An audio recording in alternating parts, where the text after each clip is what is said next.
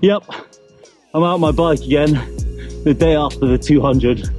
If you keep watching, I'll talk about some of the key takeaways that I've learned from this particular trip and some things that might be able to help you if you ever decide to do something similar. And you might think I'm a bit mad to take the bike out for a ride on a wet day, but from experience from coaching the cyclists and athletes I coach, after a big race, doing something easy and light helps with recovery and for them not feeling super stiff.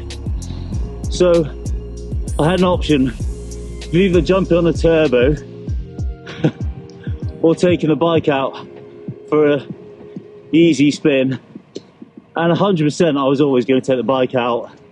The BMC needs a wash down anyhow, and frankly I spend way too much time already on the turbo in the winter, so at every opportunity I'm taking the bike out. Plus also means I can test out my new Gore-Tex Rafa jacket, which looks amazing. It's a really good fit and seems to be doing the job all right too. Actually, my legs don't feel that bad, and it's got me thinking, how will they feel doing almost 10 hours in the saddle every day for 22 days? And I think realistically, the more I think about that, the more the nutrition and the hydration is a major factor to consider for a challenge of that nature. And also, yeah, I can get the training right, but actually on the event, it's just about riding within yourself and not going too gung-ho on certain days, because that'll cripple you. And then the other thing that's running through the software in my head is, why do I do these things, you know? Why do I do these solo rides? And actually, do you know, I quite like the challenge, quite like the quiet contemplation and the rawness of it all. And I think doing on your own means that it's just a pure effort. You don't have anybody to help you out. So physically and mentally, you have to endure. And actually, I quite like that way of thinking. Anyhow, just quiet contemplation there as I climb up this hill nice and steady. So what I'll probably do is I'll head and go and get some coffee from Key 22, and yes, I'll get some cake too.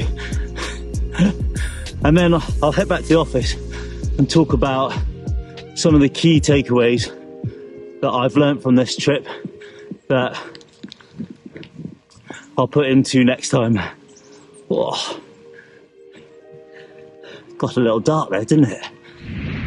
Well, I'm back in my office now, and I did say I was going to do some top tips with some of the things that kind of like sprung to mind while I was doing this 200 ride, and things that maybe I need to work off, and maybe you can learn off some of the things that I'm learning as I go through, because there's always some things that we can change and do for the better. First off, number one, I don't know if you noticed in the video, but I didn't wear my earphones. I completely forgot them. Now, I'm pretty cool with my own thoughts. So although over 200 miles, you do end up being pretty repetitive, and you start singing little songs to yourself. Now, if you've watched any of my videos, you'll know that my singing's not the best. Don't pay the ferryman, don't even fix a price. Don't pay the ferryman until he gets you to the other side. And frankly, I think he can do it better. But joking aside, the Aftershocks earphones are perfect for this kind of thing, because you can hear things that are going around behind you. I haven't done anything on this on the channel, but having a little bit of music to just sort of distract you, entertain you a little bit, listen to a podcast is really a cool way of making sure that you never hit a mental slump. I didn't really need them in the 200, but there are times that I have ridden 100 and thought I could quite do with some music. And it's testament to these things that they are nice and light, because I actually thought I had them on for the first hour until I tried to switch them on and realised I'd left them at home powering up. Okay, so the last one's not really a tip. It's a bit of a reminder to myself. It's like, take your earphones, Simon.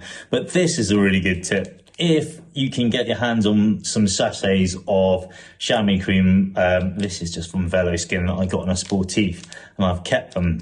And I generally just carry one of these with me on a really long ride. So if I do get a bit of a rub, then it's nice and light, easy to carry, and I've got a saver, so I'm not actually going to get horribly rubbed by the time I get home. And another top tip is, with your electrolytes, take different flavors with you. Now, other products are available, but here's the thing. I know that's a lot to be taken with you, but here's quite a cool idea. You can get little ones of these, and what I tend to do is fill this up with lots of different flavored tabs and then pop it in my back pocket. And what that means is that every time I stop for water, I just pop a tab in, and then my water's going to change different flavors. And the cool thing for that is, by having different flavors means that you aren't going to get flavor fatigue from your water. Therefore, you're more likely to keep drinking. The other thing I'm going to do is start wearing gloves on really long rides, because when I got to the end of my ride, I could feel that the palms of my hands and the heel of my hands were quite sore and hot. And I know that's doing a little bit of nerve damage, which of course I don't want. So in the future, on big long rides, I'm going to start wearing gloves. And then the last top tip is take some lip protection with you, because, do you know what, when it's really sunny and windy, your lips get chapped a bit. And I didn't bring mine with me yesterday, so I've got a really nasty cut on the bottom of my lip, which, you know, frankly, bad Simon. But these things are small things to remember to take with you, and they're super light to carry, so they don't bulk you out and make you look like a pack horse. Righty, that's it for this week. It's a short, little, informative, kind of fun little video just to wrap up from my 200 solstice ride. If any of this was helpful, please drop a comment in the box below. If you're new to the channel, hit subscribe and tap the bell. That way you'll stay in touch. And hey, look, if you're a return viewer, thanks for watching, and I'll see you guys next week.